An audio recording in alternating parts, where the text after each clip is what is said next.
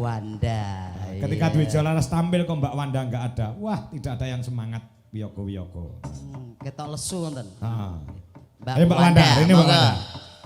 Semputi Mbak Wanda, monggo Wanda aturan jumeneng. Sret.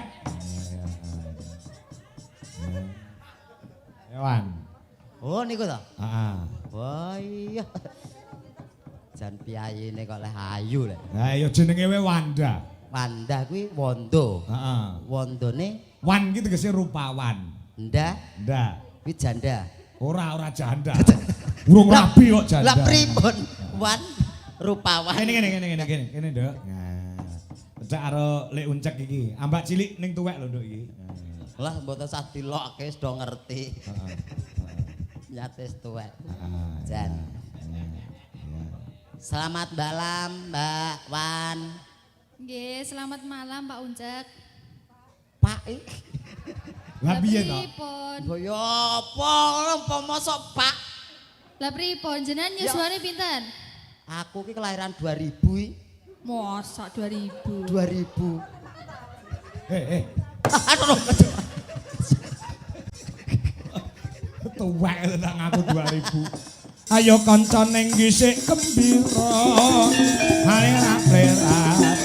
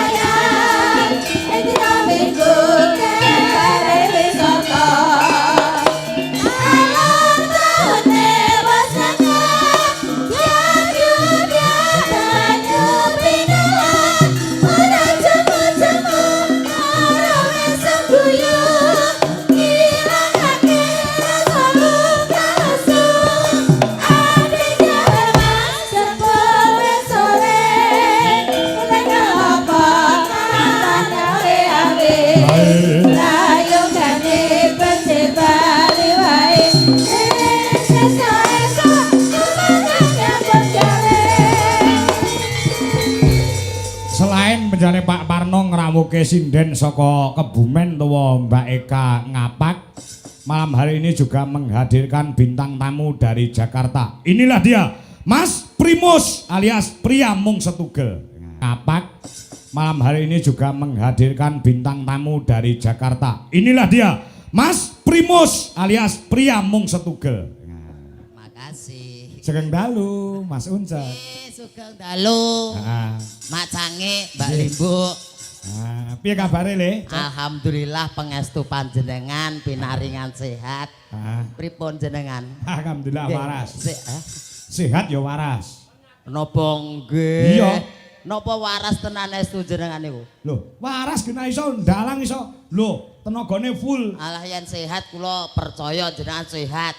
Nglakoke wayang jogetke wayang wah ketok semangat nika yen warase kula setese sanksi kula lho ora padha sehat karo waras iki nggih benten nek sehat yen sehat niku kan sehate jasmani nah yen waras kuwi urung mesti kuwi rohanine iki sok urung mesti waras soalnya jare mbah-mbahku dhisik iki cirine wong ra waras kuwi omongan dhewe disauri dhewe ya sok nangis-nangis dhewe bengok-bengok dhewe Niku jare mbah kula yen wong ora waras sing ngoten niku. Oh, wong gendeng to maksudmu? Nggih. Lah jenengan wit enten mriki jam pinten niki wau? Jam 09.00. Lah nggih, jenengan omongan kiambak sauri kiambak to?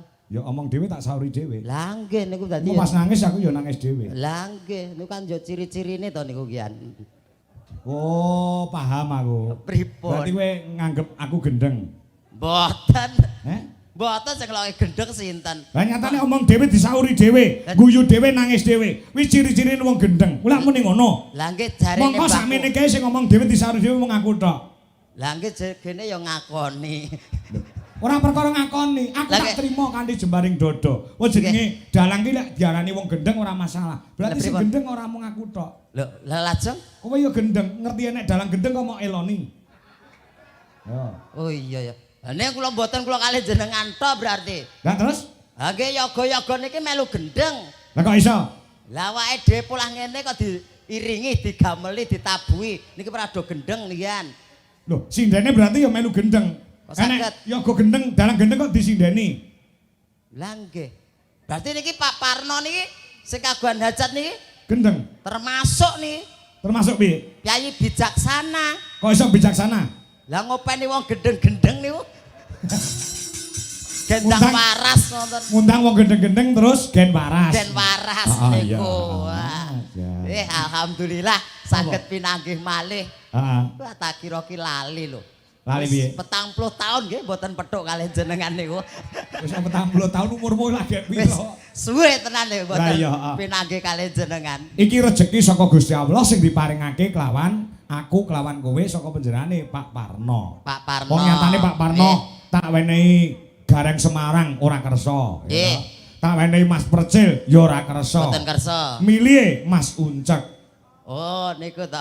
Heeh. Mboten kok bab boten kersa. Lah piye? Lah kono wis do kepayon dhewe gari aku tok sing ora kepayon kok. Ora. Mboten ta. Ora, Persil iki larang, terus Gareng Semarang ya larang golek sing murah kowe kuwi. Dadi oh alah. Nggih mboten Pak Parno mboten ngrembug bayaran. Ora ngrembug ya. Wah, sedakoe sae kok lung pira we dibayar. Sing penting niku pengin sedekah ikhlas. Ya. Nah, iki pikantuk leliru ingkang langkung kathah mulake sedekah ning anak cacat. Nah, jenengan wau gendeng kan kula kan cacat fisik niku wau le. Berarti awake dhewe akeh kekurangane. Akeh kekurangane niku. Aku gendeng kowe cacat. Cacat niku. Cacate apa? Lah kula kan cacat fisik to kian. Ya tangan duwe sikil ya duwe no. Lah nek kan kirang dedeg. Ngadeg pripun pun poloken ngadeg iki lho. Niki pun poloken ngadeg lho. Jan dalu punika lho Pak. Jan iki nek kandang ngene iki ya. Nek kandang piye? Lah niki kupenge pager. Iya. Penonton pamirsa wonten mriku kan mboten pirsa. Heeh. Lah nggih sing ngerti iki ya gur omongane tok sing krungu. Ketok mboten, Pak? Rene cek rene. Rene pripun? Nang kene mbok menawa ketok. Napa enten? Oh nggih. Pun mriki nggih. Amit sewu lho Pak. Heeh. Pun ketok dereng, Pak. Pun. Hah? Dereng.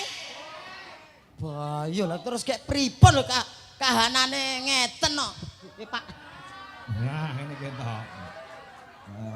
Oke Pak. Sampun ketok nggih, Pak? Sampun. Monggo Pak, anu plintengipun disiapke, momang plinteng dase. Mboten sak diplinteng Pak, jemben kok tak mati ki ambah. Ya ajeng diplinteng. Nggih, madhep rene libuke. Mosok dikei brutu. Oke. Bu, piye kabarmu, Bu? Apik, Mas Uncek. Mas Uncek piye kabare? Ayo alhamdulillah pengestumu, Bu. Ya apik, sehat. Wis entuk gandengan anyar urung? Urung to? Wah, kok tambah mlenuk saiki kowe. Lek saiki wis ketok ning kene iki kowe ngaturne lawan para pamirsa sedaya. Minangka wakile panjenengane Pak Parno. Ya ngono lho. Oh ngaten. Heeh. Mosok wakile Pak Parno seketugel tok niku lho. Ora masalah, sing penting lak tembunge ngono lho. Oh ngaten. Keiklasane. Nggih, ngaturaken sugeng dalu sedaya para pamirsa, para warga masyarakat wonten ing Rombo. Wah, apal men kuliner rene, Bu? Apal kula ngapalke tulisan niki wau kok. Oh. Takon lek kulino tanggapan rene. yen teng Rombo ki tak hitung nembe niki ketoke. Apa ya? Kesupen Aku kok kesupen wis kok. 2 kali sowan rene. Oh ngaten. Heeh. Kula nembe niki Ya. sowan nggih.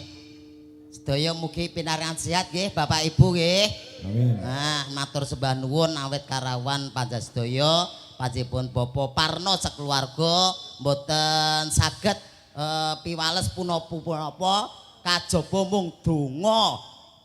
Mugi dipun ijabah Gusti amal soleh panjenengan pikantuk leliru ingkang langkung kathah. Matur nuwun nggih. Pun kula mandhap nggih. Kosek. Hei aja penonton hei aja.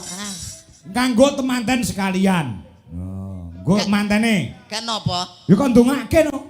Kula ndongake manten. Iya. Wong aku ndonga dhewe ra kabul kok ndongake manten. Kowe cok ala mangsa lek ndongane awake dhewe cok ora kabul nek ndongane wong liya dengan tulus ikhlas insyaallah bakal diijabahi karo Gusti Allah. Oh ngaten. Heeh. Syukur pengen Ngerti jenenge mantene ora? ngertos. Sapa? Sing putri menika Mata. Mata. Kok iso mata iki lho? Ainun. Oh iya Ainun. Ainun. Oh lek basa basa Arabe mripat utawa mata Meripat niku Ainun. Wow. Kalian sapa ora lali aku sing kakung. Mas Wiki Puji Kurniawan. Mas Vicky sekalian Mbak Ainun, mugi langgeng anggenipun bebrayan saestu ndadosaken pasangan sing gelem nampa kekurangan siji lan sijine. Dan kagem Mas Vicky selamat berjuang.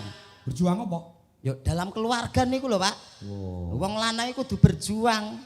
Oh. Kowe lagi anyar wae kaya ya. Wah, wis kelet rono rene. Umur setahun ndek anak siji ora ndek kaya pleroki lho. Ya kowe wis nglakoni kok ya. Genah nglakoni kula. Kowe ndek bojo to? Nggih gadah Uang. asu. Enak. Lek ku takon dong rampung. Dereng rampung takoke ketok kece. Ngene lho maksudnya bener uang. Nggih. Kowe linggo kaya wong ngopi. Anu penak ngeten ana Pak. Aku pekewo lho aku. Ora apa-apa. Ngeten terus ya dikira padasan malan. Padasan piye? Jenengan kula turi ngeten. Kok kepekewo.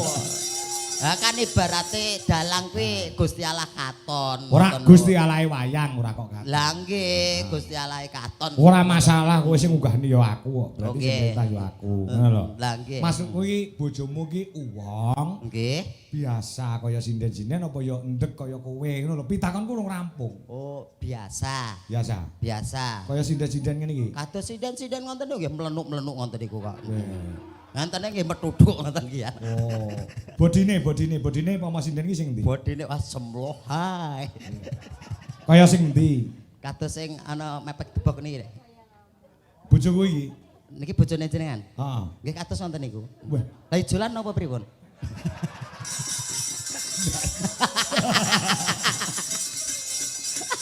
Sik. Pertanyaane. Pertanyaannya napa? Nah, nek awakmu tak cilik semono. Nggih. Bojomu lak gede. Nggih. Golek ngayahi wajib sunah rasul iki wujudmu polahmu terus piye? Nggih jenengan mang bayangke lele cemplung kolam renang. Lele kecemplung Kolam. Dadi ya munyer kae terus lho. Nah, goleki bolongane ya munyer kae lho. Dadi ngubengi kolam niku. ning iso. Ya alhamdulillah saged. Berarti iso duwe anak. Gadah Weh, anakmu piro? kalih. Wah, Jane 3 nek siji renek ndase. Mung kalih tok. loro tok. Loro. Wah, berarti iki jantan tenan lanang temenan. Oh, aku ketoke cilik lho, rasanya bung. Wah. Mak pletis. Lah iya. Kula sapa jenenge adine Gusti Allah kaya ngono ya. Cak? Nah, sing baken menika wong urip ning alam donya diparingi apa wae, apik elek sing penting disyukuri. Kantun awake dhewe menikmati peparinge Gusti Allah. Ngono lho. Kabeh iki mesti bakal indah pada waktunya. Wah, pinter. Anake sapa iki? Anake Pak Parno. Lah ganteng tenan. Kaya Sone gede dadi apa? maling. Mantri. Oh, mantri. Nggih. Mantri apa, Le? Suntik, Bu. Nyuntik sapa? Nyuntik sinden.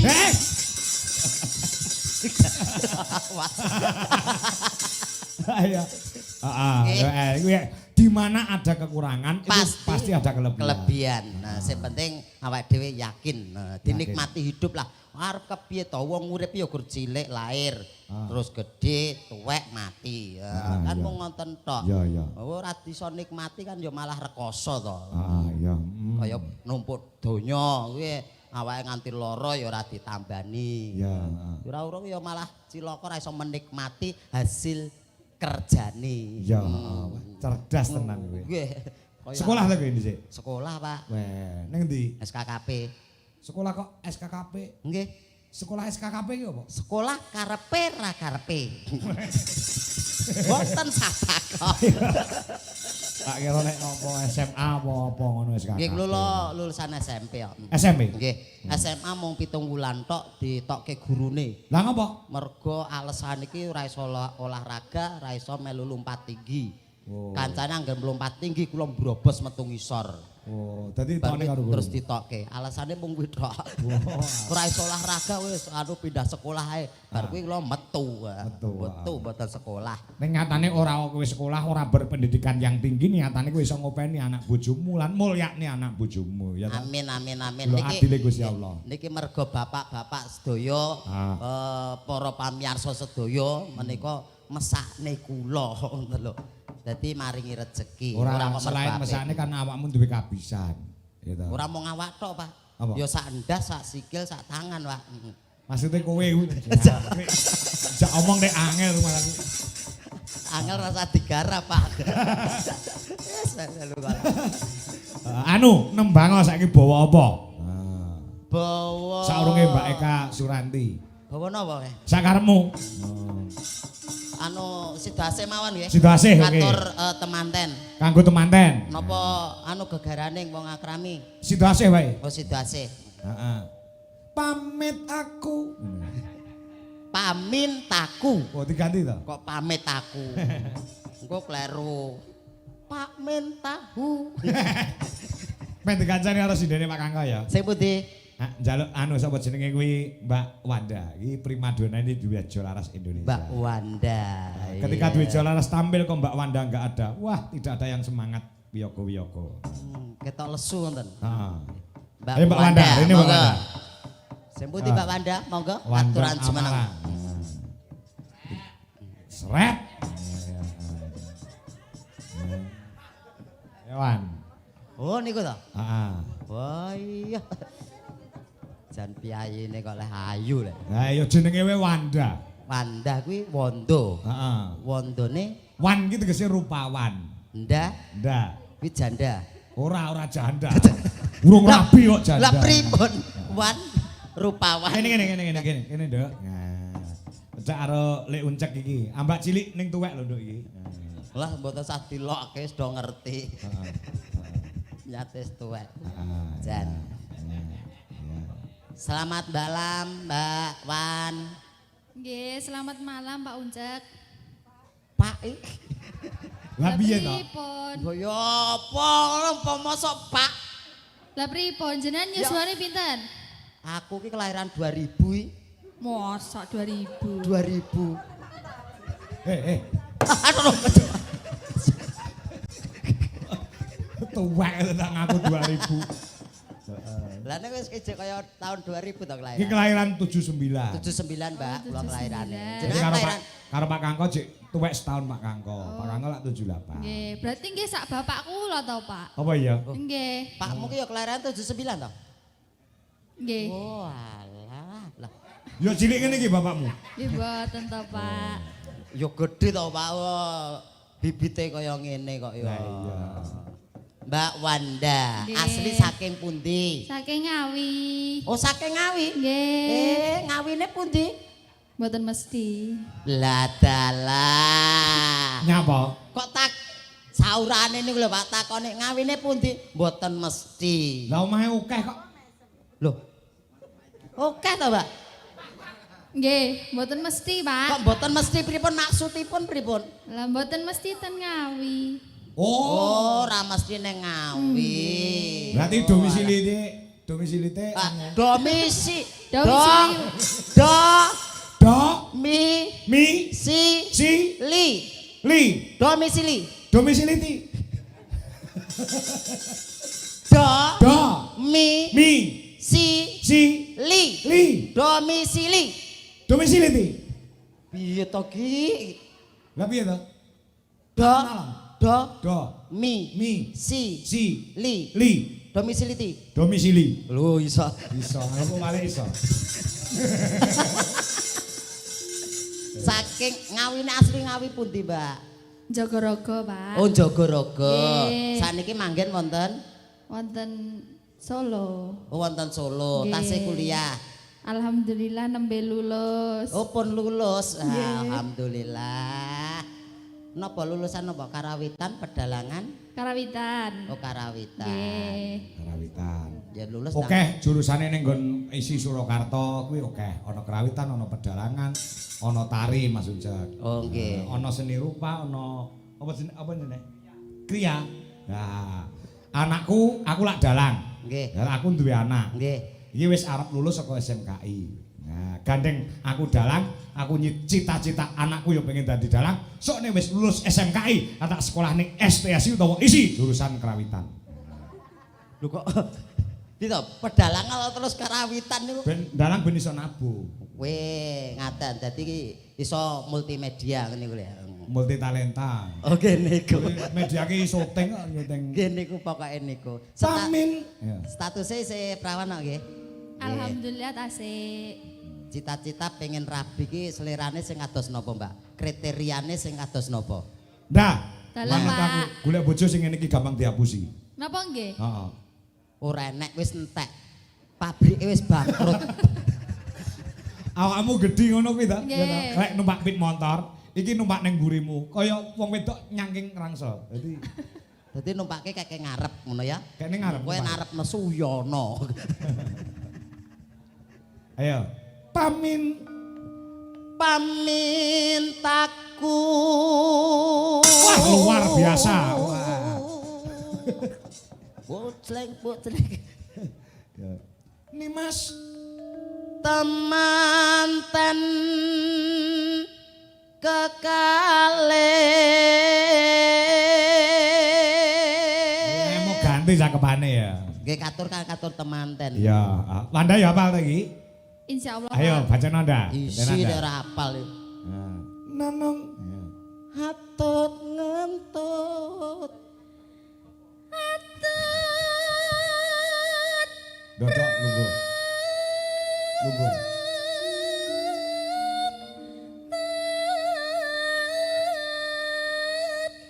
Tansah sesat Reruntungan.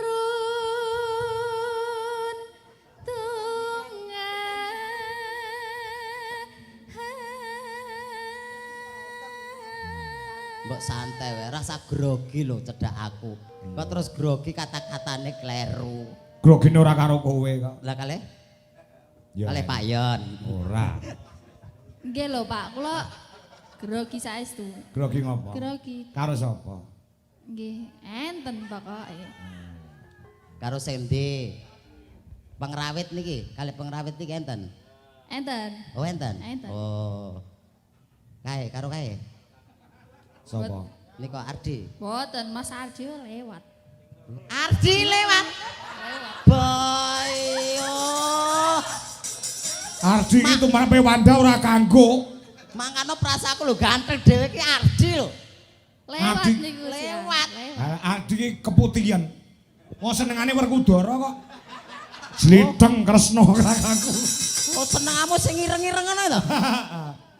Lah, dhek kan putih, pengen Nggih. duwe bojo ireng. Lah, Kersane. anak-anak kaya zebra. Dadi ireng putih ngono.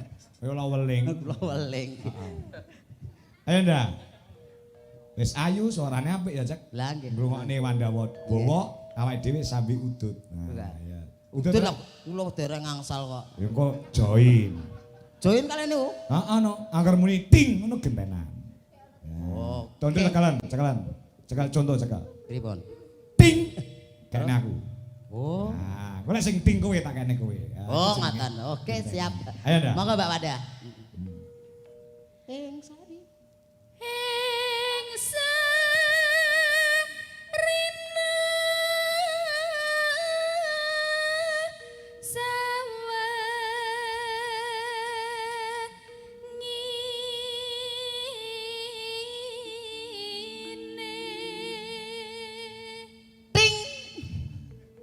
udut. Wah, muga-muga ketularan laris. Amin. Iso udut nggone dalang. Dalang Pak Kangko. Ting. Gentenan iki jenenge nganggo tata cara tata negara. Oh. Negara Ngalengka. Dadi iki kekancan kuwi gentian. Dadi guyub rukun gen dadi enteng. Heeh. Ting. Datan kingga Ting. Lagi arep ngene.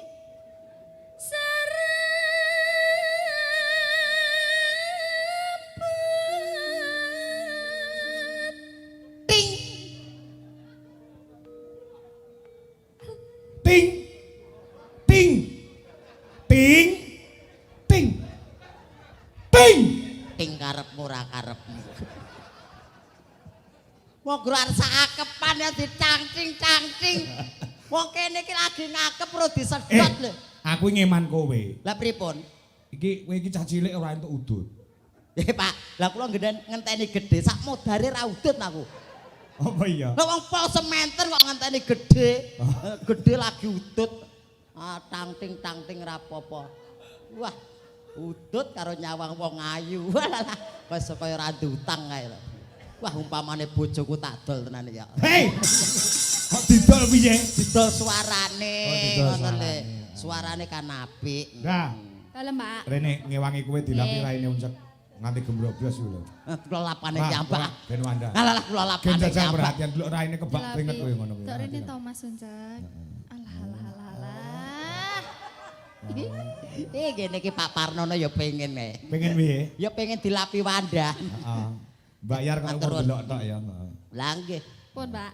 Keringete ora kene tok. Lah kan di Kene barang ya keringeten kok. Iya. ya penak. Dodo niki le, dodo.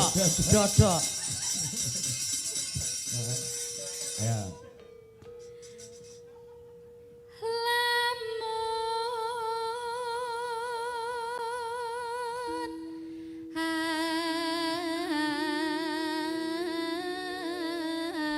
aduh cakete Udut meneh. Mumpung etok kok. Kula entekke to, Pak, bagian Ya, ketularan entekno. laris ngono lho. Entekno. Lah kuwi mung semene kok ya. Mau dalang kondang, dalang laris barang kok. Ora kok tegesan ya di iri-iriki.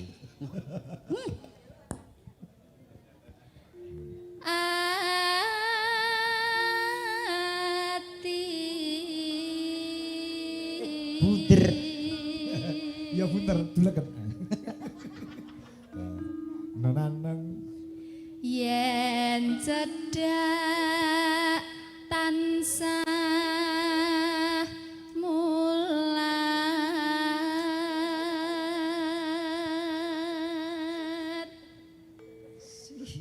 sida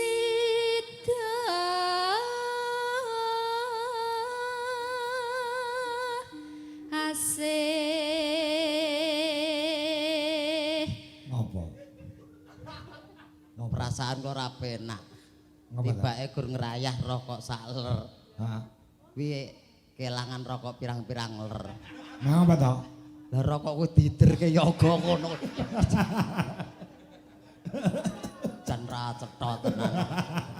Ya ngene iki yen wong murka ki ya ngene iki. Heeh. Dadi iki pokoke disyukuri peparinge Gusti Allah. Nek bab sing elek ya entuke luwih elek. Luwih elek. Mula nek wong sedekah sithik kuwi bakal entuke ya pirang-pirang. Yen Kaya Pak Parno kuwi. Yen ikhlas niku bakale entuk akeh. Heeh. Yen ra ikhlas ku ya padha wae mesti ya bakal kelangan ngene iki. Oh alah lah, kula balekke Pak.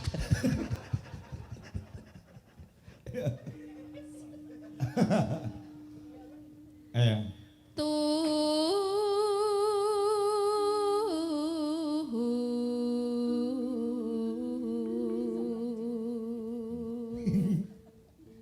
Pindho mimi. Apik suara apik ya Ndak, suara Ndak ya. Sae, Pak. Heeh, sae. Matur nuwun. Lan mintu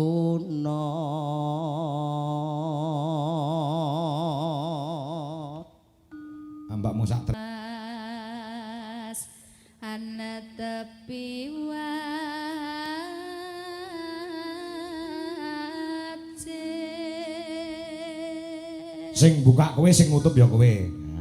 Lah kula niku biasane mung buka tok, Pak. Mboten tau nutup. Biasane sing nutup wong wedok. Oh. Pripun to jenengan? Slowen dek. Sito asih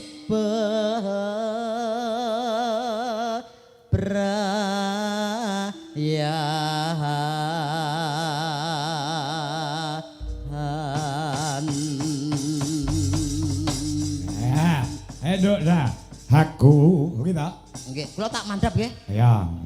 Medhuk dhewe. Mboten asal. Bayus. Ora ketok masalah komburi. Sewengi utuh enten mriki terus niki. Iya. Lah panas. Oke, manut. Mangga. Aku kang setya satuku.